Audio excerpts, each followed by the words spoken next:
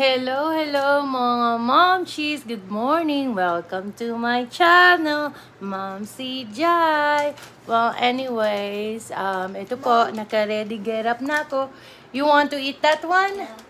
Okay, go ahead. Ito, naka-ready get up na po ako. We're gonna do some errands today with my kids. And then, probably,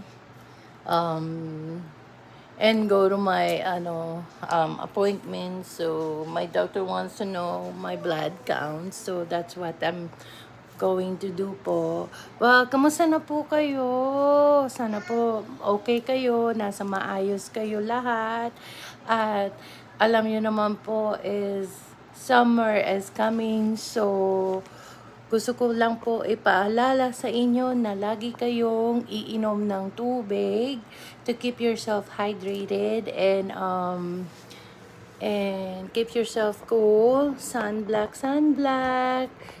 Kapag lalabas po kayo, put kayo ng hat para hindi kayo magkaroon ng sun damage in your skin. It's importante we protected our skin from this sunny day. Well, anyways, ito po ako sa room ko.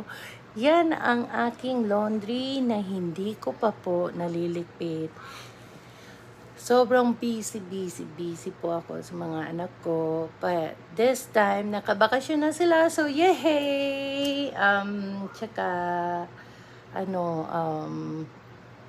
time to organize a little bit here at the house and do errands and then come back. And that's it for now. And please don't forget to like, subscribe, and click the button below for more updates for more. Thank you. Bye. God bless you all. Much love.